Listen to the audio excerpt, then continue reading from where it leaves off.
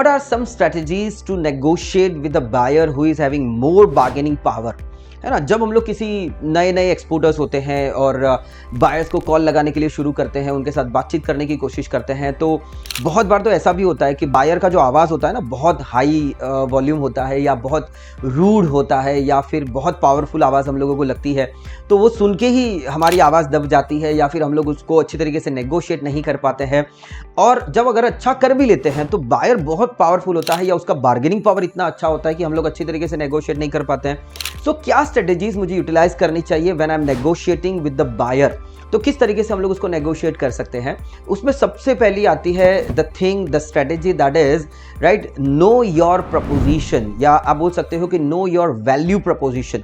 Right, अगर मैं buyer के साथ नेगोशिएट करना चाहता हूं, so when it comes to negotiation और the bargaining, this kind of the terminology, तो एक ही वर्ड हम लोगों को दिमाग के अंदर आता है और वो होता है प्राइस। वो होता है, हम लोग प्राइस नेगोशिएट करने की कोशिश करते हैं, हम लोग प्राइस उसके साथ बार्गेनिंग करने की कोशिश कर रहे हैं। But it's not only about the price, it's all about what you do have. It's all about having a combination of the benefits, of the features, of the value addition, what you are going to give to your buyer. Right? जब हम लोग buyer की need को समझते हैं, जब हम लोग बायर की डिमांड को समझते हैं, जब हम लोग बायर के पेन पॉइंट्स को समझने की कोशिश करते हैं, and we are going to give them that value addition, that value propositions to the buyer, definitely buyer will try to understand.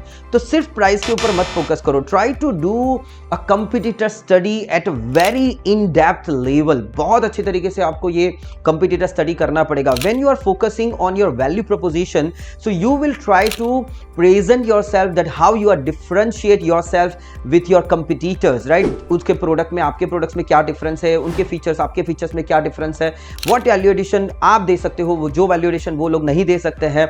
Timely delivery, it can be the bulk supply, it can be the consistent supply, it can be the customisation in the packaging, whatever it can be, or anything or everything about how you are differentiate yourself right with your competitors. तो ये होता है value propositions। तो इसके ऊपर ज़्यादा से ज़्यादा फोकस करें and definitely you will be able to find कि yes, आपका बायर आपको सुन रहा है, आपका बायर आपके साथ negotiate करने की कोशिश कर रहा है, भले ही उसका bargaining power ज़्यादा है, but still you will leave your mark to the buyer. The second point to make your marks, that is how to negotiate with the buyer who is having a maximum bargaining power, that is try to build rapport and trust.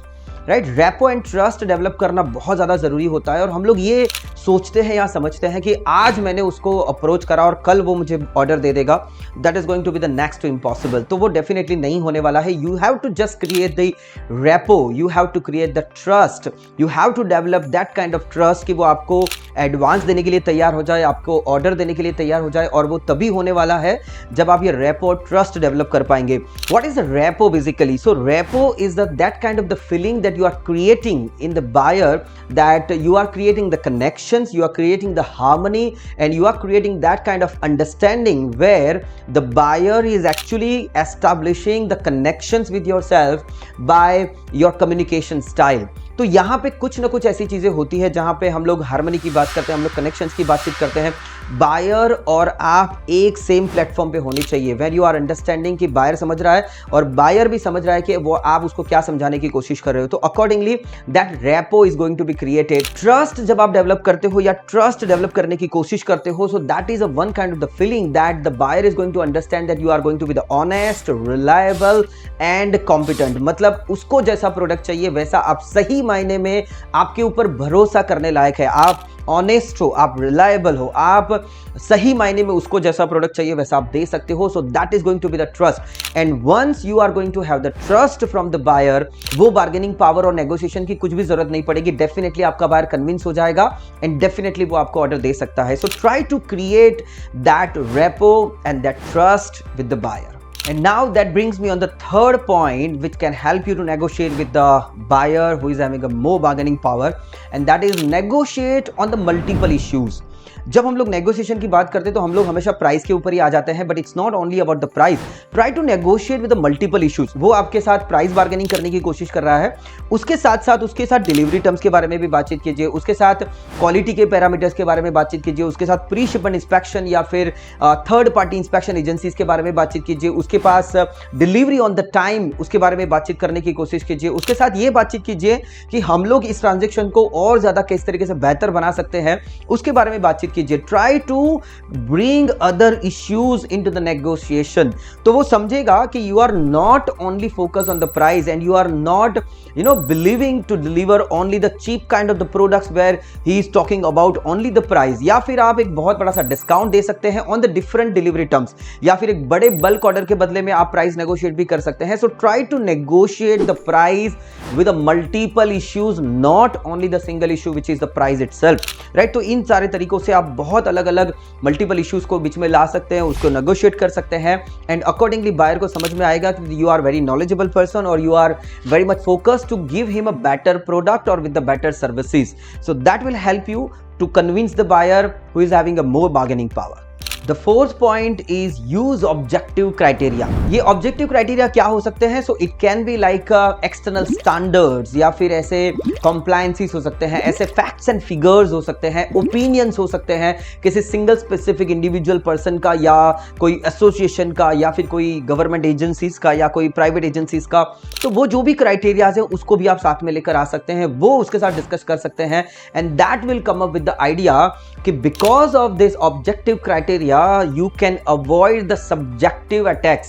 मतलब subjective criteria को आप avoid कर पाओगे, मतलब आपके ऊपर personal attack करना, या फिर प्राइस के ऊपर ही स्टिक रहना, या फिर वो सारी चीजें अपील करते रहना कि जो आपकी डील को आपसे ज्यादा दूर लेकर जा सकता है। इन सारी चीजों से आप बच सकते हैं। So try to come up with the number of things which are facts and figures which are says about your quality, which is says about your features, about your quality, about your packaging, about your consistent supply, about your delivery of time, right. So ये सारी चीजों को भी आप अपनी सारी चीजों के साथ कनेक्ट कर सकते हैं। So try to come up with the objective criteria to justify your quality, your features, your delivery of time, your consistent supply, your quality consistent supply, your behaviour, your after sales of service. इन सारी चीजों को justify करने के लिए आपको इन सारी चीजों को भी इंक्लूड करना पड़ेगा, which can be called objective criterias, जो बाहर से आते हैं, जो किसी स्पेसिफिक इंडस्ट्री के होते हैं, किसी स्पेसिफिक प्रोडक्ट के होते हैं, किसी स्पेसिफिक पर्सन के द्वारा आपको बताए दिए जाते हैं, या ऐसे फैक्ट्स एंड फिगर्स होते हैं जो प्रूव करते हैं that you are going to provide the one of the best quality, one of the best quantity and one of the best price to your buyer. The fifth and one of the most important, that is know your BATNA. What is your BATNA? Best alternative to a negotiated agreement। इसका मतलब ये होता है कि अगर इसके साथ deal नहीं हुई तो आपका another alternative of the buyer, another alternative of the product, another alternative of the market, ये कुछ भी अलग हो सकता है। What is the last line जहां पे मैं इस डील को मैं एक्सेप्ट कर सकता हूं, जहां पे ऐसे last line of the price, what is the last point of the line where I can accept the deal. तो नेगोशिएशन या बार्गेनिंग का द बॉटम लेवल आपको एक चीज समझ में आ जाता है, and that can be identified with the help of BATNA. तो आपको ये पता करना है with the help of different features, with the help of different prices, with the help of different study, research करने के बाद आपको ये पता चलेगा कि what are the available prices into that specific market, what are the quality of standards, and according to that what are the prices which are available in that market, how the buyer is going to be influenced with the different prices from my competitors। तो ये सारी चीजें जानने से आपको ये पता चल जाएगा कि what can be the best alternative to a negotiated agreement। तो दूसरे बायर के पास जाने से पहले, दूसरे मार्केट में जाने से पहले, दूसरे प्रोडक्ट में जाने से पहले आपको भी अगर ये चीज समझ में आ जाती है तो आप उस डील को शायद हो सकता है कि क्लोज कर पाए। But if you don't know what is the negotiable margin, what is going to be the bargainable margin, so आप कभी भी बार्गेनिंग नहीं कर पाएंगे, एक अच्छा नेगोशिएशन नहीं कर पाएंगे। So these are the 5 strategies that you can use to negotiate with a bargaining with the buyer, जहां जहां पे आपको लगता है कि बायर आपके साथ बार्गेनिंग कर रहा है and he is having a more power of the bargaining, तो ये 5 स्ट्रेटेजीज को डेफिनेटली आप यूज कर पाएंगे एंड अकॉर्डिंगली अच्छा सा एक नेगोशिएशन करके अपनी डील क्लोज कर पाएंगे। So let us summarise what are this 5 deals, क्या क्या हो सकती है। So the first one that is try to focus your value proposition. The second is try to create the repo and trust with the buyer. The third one is negotiate on the multiple issues. सिर्फ price के ऊपर focus मत करें, बाकी की चीजों को भी उसके अंदर इन्वॉल्व करें. The fourth one is try to come up with the objective criteria to avoid the subjective criteria. And the fifth and one of the most important, that is try to know your partner, what can be the best alternative to your negotiated agreement. Try to use these 5 strategies और आप मुझे comment में करके बताइए कि कैसी लगी आपको ये 5 स्ट्रेटेजीज, या फिर अगर उसके ऊपर इंप्लीमेंटेशन अगर आप करते हो, एग्जीक्यूशन करते हो, और क्या क्या चैलेंजेस आती है, क्या क्या, या फिर आपको फायदा होता है, आपका बायर मान जाता है, आपका बायर आपके पास नेगोशिएशन करके आपके पास डील के अंदर कन्वर्ट हो जाता है. So let me know and we will come up with the more powerful strategies to negotiate with the buyer.